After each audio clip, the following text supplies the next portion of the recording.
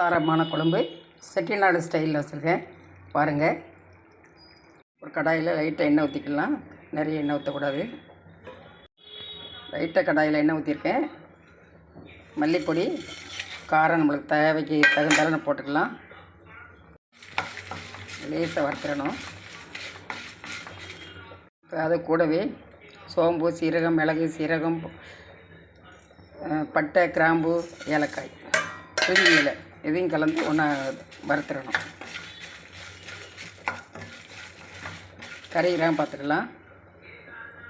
சின்ன வெங்காயம், பூண்டு அதையும் போட்டு வறுத்து எடுத்துக்கலாம். ஒரு கைப்பிடி அளவு.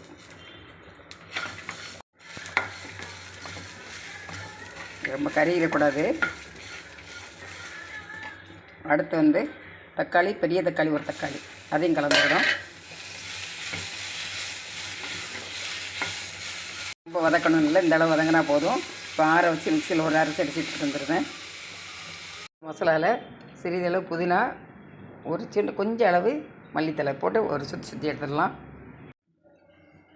எண்ணெய் ஊற்றிக்கலாம். எண்ணெய் சூடாகிட்டு கடுகு, உளுந்தம்பருப்பு, வெந்தயம், சின்ன வெங்காயம் கலந்துக்கலாம். நல்லா ப்ரௌன் கலர் ஆகட்டும். ப்ரௌன் கலரில் வர்ற இதில் கருவேப்பிலை ஒரு கைப்பிடி அளவு. ஸோ பெரிய வெங்காயம் ஒரு வெங்காயம் கட் பண்ணி வச்சுருக்கேன், அதையும் கலந்துக்கலாம். கலந்து அதையும் நல்லா வதக்கணும். நல்லா வதங்கிடட்டும். நல்லா வதங்கட்டும்.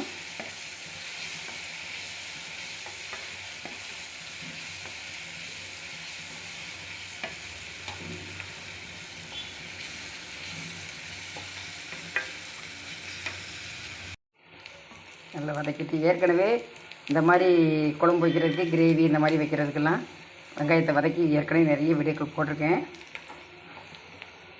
இன்னும் கொஞ்சம் வதங்கட்டும். ஒரு ஸ்பூன் மஞ்சள் பொடி கலந்துக்கலாம். அதையும் நல்லா கலந்து விட்டுறணும்.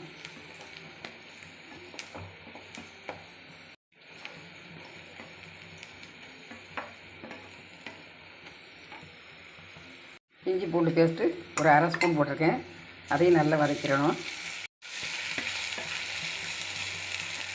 நல்லா மசாலா வடை போகிற வரை நல்லா வதக்கணும்.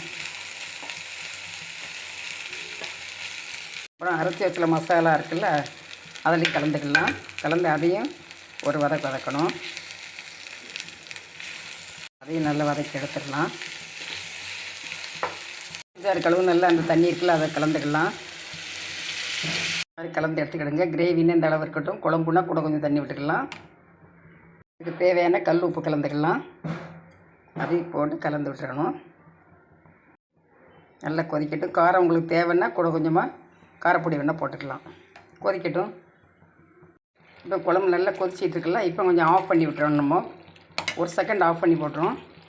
இப்போ ஒரு முட்டையை உடச்சி வச்சுருக்கேன், அதை அப்படியே அதில் ஊற்றிடலாம். இப்போ எல்லா முட்டையும் இப்படி உடச்சி ஊற்றிடுறேன்னா. இப்போ ஒரு 5 முட்டையை ஊற்றிருக்கேன். இப்போ ஸ்டவ் ஆன் பண்ணிடலாம். ஏன்னா முதல்ல நம்ம கொதிக்கும் போது ஊற்றினா பூரா கலைஞ்சிரும். இப்போ ஸ்டவ் ஆன் பண்ணி விட்டேன். ஏன்னா கலைஞ்சிரும் முட்டை, அதுக்காக தான். இப்போ மூடி போட்டு மூடிடலாம். எப்போதுமே ஸ்டவ் ஆஃப் பண்ணிவிட்டு ஊற்றிட்டு அதுக்கப்புறம் நம்ம ஆன் பண்ணிடணும்.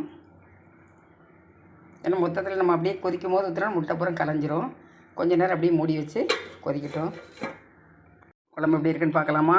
பாருங்கள், அப்படியே இருக்கும் பாருங்கள். உலையவே உலையாது. நம்ம எப்படி போட்டோமோ அப்படியே இருக்கும். இந்த மாதிரி குழம்பு வைங்க, ரொம்ப நல்லாயிருக்கும்.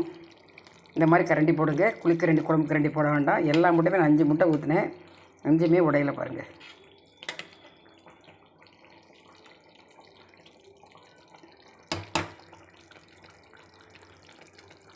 இந்த மாதிரி செஞ்சு பாருங்கள், சூப்பராக இருக்கும். கிரேவியாகவும் சாப்பிட்டுக்கலாம், குழம்பாகவும் சாப்பிட்டுக்கலாம்.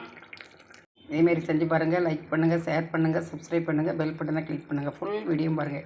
முட்டை கிரேவி, முட்டை குழம்பு நிறைய போட்டிருக்கேன், நீங்கள் பாருங்கள். நிறைய வீடியோ உள்ள லிங்க் இருக்குது, எடுத்து பாருங்கள். சாரமான குழம்பு செட்டிநாடு ஸ்டைலில் வச்சுருக்கேன் பாருங்கள். சாரமான செட்டிநாடு ஸ்டைல்.